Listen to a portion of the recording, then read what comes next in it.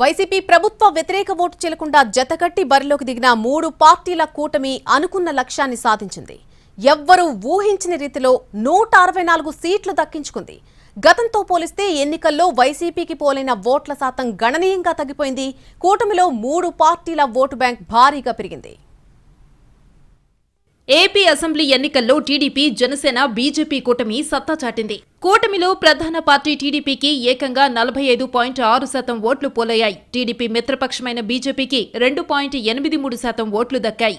అయితే జనసేన గుర్తింపు పొందిన పార్టీల జాబితాలో లేకపోవడంతో కేంద్ర ఎన్నికల సంఘం జనసేనకు పోలైన ఓట్లను కూడా అదర్స్ లిస్టులో చూపించింది.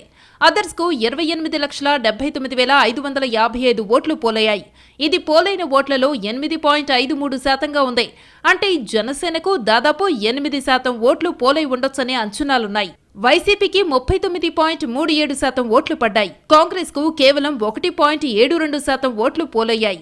నోటాకు 1% పైగా ఓట్లు పోలయ్యాయి. ఈసారి జరిగిన అసెంబ్లీ ఎన్నికల్లో నోటాకు మొత్తం 1.09% ఓట్లు పడ్డాయి.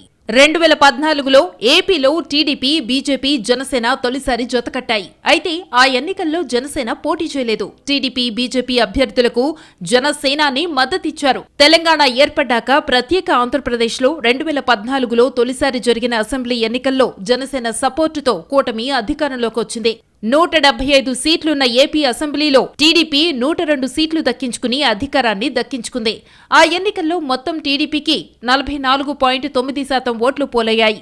టీడీపీ మిత్రపక్షం బీజేపీకి 2.2% ఓట్లు పడ్డాయి. వైసీపీకి 2014లో 67 సీట్లు మాత్రమే దక్కాయి. వైసీపీకి అప్పట్లో 44.6% ఓట్లు పోలయ్యాయి. 2019 ఎన్నికల్లో ఏపీ ఓటర్లు వైసీపీకి పట్టం కట్టారు. ఆ ఎన్నికల్లో టీడీపీ, జనసేన, బీజేపీ విడివిడిగా పోటీ చేశాయి. వైసీపీ ఏకంగా 49.95% ఓట్లు సాధించింది. వైసీపీకి మొత్తం 1,56,88,569 ఓట్లు పోలయ్యాయి. 2014తో పోలిస్తే 2019లో వైసీపీకి 5.35% ఓటు బ్యాంకు పెరిగింది. అప్పట్లో రికార్డు స్థాయిలో 151 సీట్లు సాధించింది వైసీపీ. ఆ ఎన్నికల్లో టీడీపీ కేవలం 23 సీట్లే గెలుచుకుంది. టీడీపీకి 1,23,04,668 ఓట్లు పడ్డాయి. 2014తో పోలిస్తే 2019లో టీడీపీకి 5.73% ఓట్లు తగ్గాయి. 2019లో జనసేనకు 5.53% ఓట్లు పోలయ్యాయి. జనసేనకు అప్పట్లో 17,36,811 ఓట్లు పడ్డాయి. 1 సీటుని గెలుచుకుంది. ఈసారి టీడీపీ, జనసేన, బీజేపీ కలిసి పోటీ చేయడంతో ప్రభుత్వ వ్యతిరేక ఓటు చేలలేదు. గుంపగుత్తగా కూటమికే ప్రభుత్వ వ్యతిరేక ఓట్లు పోలైనట్టుంది. దీంతో కూటమి ఘన విజయం సాధించింది. 2014లో 44%, 2019లో 49% ఓట్లు పోలైన వైసీపీకి ఈసారి 40% లోపు ఓట్లే పడ్డాయి. 2019తో పోలిస్తే ఈసారి ఏకంగా 140 సీట్లు కోల్పోయింది వైసీపీ. కనీసం ప్రతిపక్ష హోదా కూడా దక్కించుకోలేకపోయింది.